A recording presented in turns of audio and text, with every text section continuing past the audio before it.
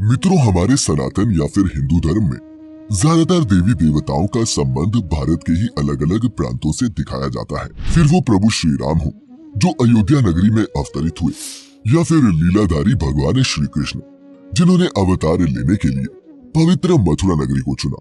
ऐसे में ये प्रश्न उठना तो स्वाभाविक है कि हिंदुओं के सभी देवी देवताओं का जन्म भारत में ही क्यों हुआ। तो मित्रों, इस प्रश्न का उत्तर जानने के लिए बने रहे हमारे साथ इस वीडियो के अंत तक। नमस्कार और स्वागत है आपका द डिवाइन टेल्स पर एक बार फिर। मित्रों, ये समझने के लिए कि हिंदू देवी देवता भारतवर्ष की इस पावन धरती पर ही अवतरित क्यों हुए, सबसे पहले हमें भारत के प्राचीन इतिहास पर नजर डालनी पड़ेगी, जिसका उल्लेख हमारे पौराणिक ग्रंथों में भी मिलता है। दरअसल भारत का जो स्वरूप आज हम देख रहे हैं और हमें ऐसा लगता है कि भारत इतना ही बड़ा है, हजारों साल पहले ये ऐसा नहीं था, बल्कि पृथ्वी के इस सबसे बड़े भूभाग को प्राचीन काल में जम्बू द्वीप के नाम से जाना जाता था। मार्कंडेय पुराण में वर्णन है कि जम्बू द्वीप का फैलाव उत्तर और दक्षिण के बजाय मध्य के क्षेत्र में ज्यादा था और उस फैलाव क्षेत्र को मेरुवर्ष या फिर इलावर्त के नाम से भी जानते थे। इलावर्त पहले चक्रवर्ती सम्राट पुरुरवा की माँ का नाम था। इलावर्त के केंद्र में पहाड़ों के राजा सुनहरे मेरु पर्वत था। मेरु पर्वत के शिखर पर भगवान ब्रह्मा का विशाल नगर है जो ब्रह्मपुरी के नाम से विख्यात रहा। ब्रह्मपुरी के आसपास 8 और भी शहर बताए गए, जिसमें से एक भगवान इंद्र का और 7 दूसरे देवी देवताओं के बताए गए हैं। मित्रों, इसी संदर्भ में हमें एक और मत त्रेता युग से जुड़ा हुआ भी मिलता है, जिसमें ये उल्लेख है कि भगवान राम के काल के हजारों वर्ष पहले प्रथम मनु स्वयंभू मनु के पौत्र और प्रियव्रत के पुत्र ने इस भारतवर्ष को बसाया था, पर तब इसका नाम कुछ और था। जो मित्र ये सोचते हैं कि प्रभु राम के अनुज भरत के नाम पर हमारे देश का नाम भारतवर्ष पड़ा, उनको बता दें कि इसके पीछे भी हमें अलग अलग मत अपने धर्म ग्रंथों में मिलते हैं। वायु पुराण के अनुसार महाराज प्रियव्रत का खुद तो कोई पुत्र नहीं था, इसीलिए उन्होंने अपनी पुत्री के पुत्र यानी कि अपने पौत्र अग्निंद्र को गोद ले लिया था, जिसका लड़का नाभि था। नाभि की एक पत्नी मेरु देवी से जो पुत्र पैदा हुआ उसका नाम ऋषभ था। इन्हीं राजा ऋषभ के पुत्र भरत हुए और इन्हीं के नाम पर हमारे देश का नाम भारतवर्ष पड़ा। साथ ही एक और प्रचलित मत ये भी है कि पुरुवंश के राजा दुष्यंत और शकुंतला के पुत्र भरत के नाम पर ही हमारे देश का नाम भारतवर्ष पड़ा, जिसके बारे में आपने भी काफी सुना होगा। हालांकि तब का भारत, जिसे आज के कुछ मनुष्य अखंड भारत भी कहते हैं, उसका भौगोलिक क्षेत्र बहुत ज्यादा विस्तृत था और इसमें वर्तमान समय के कई देश जैसे पाकिस्तान, अफगानिस्तान, श्रीलंका, बांग्लादेश, भूटान, नेपाल,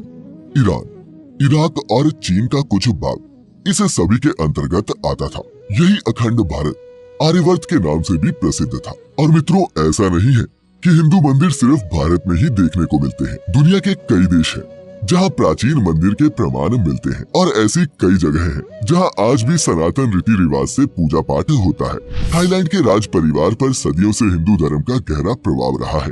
वहाँ के लोग ये तक मानते हैं कि थाईलैंड के राजा भगवान विष्णु के ही अवतार हैं। सनातन भावना का सम्मान करते हुए ही थाईलैंड का राष्ट्रीय प्रतीक भी गरुड़ रखा गया है। इंडोनेशिया के जावा में प्रम्बानन मंदिर प्राचीन जावा का सबसे विशाल हिंदू मंदिर है।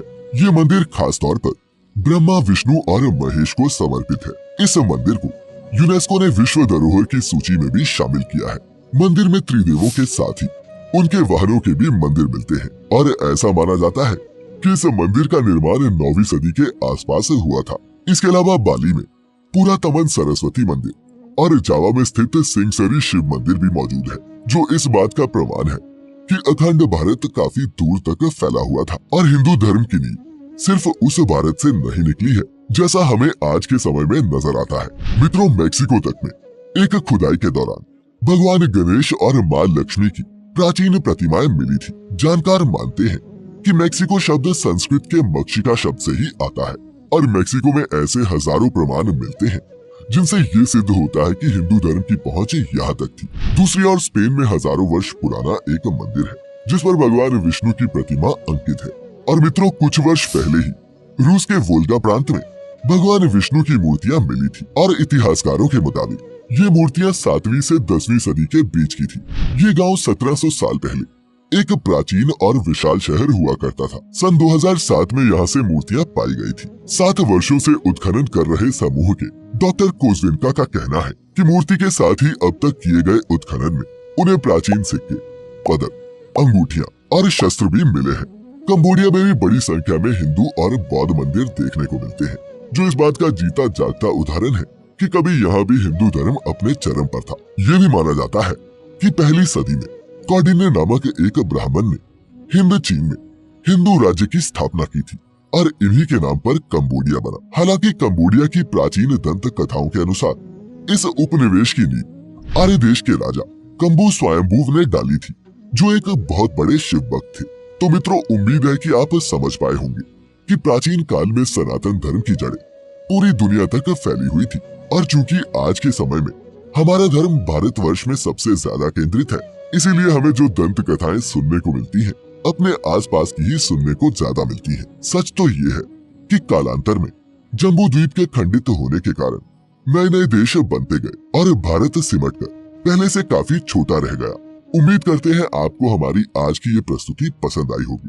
कोई सुझाव या फिर शिकायत हो तो नीचे कमेंट्स के जरिए हमें जरूर बताएं। ऐसी ही और भी आध्यात्मिक और धार्मिक जानकारियों के लिए हमारे YouTube channel the divine tales को सब्सक्राइब करना ना भूलें। फेसबुक पर देखने वाले लाइक करें हमारा Facebook page the divine tales Hindi.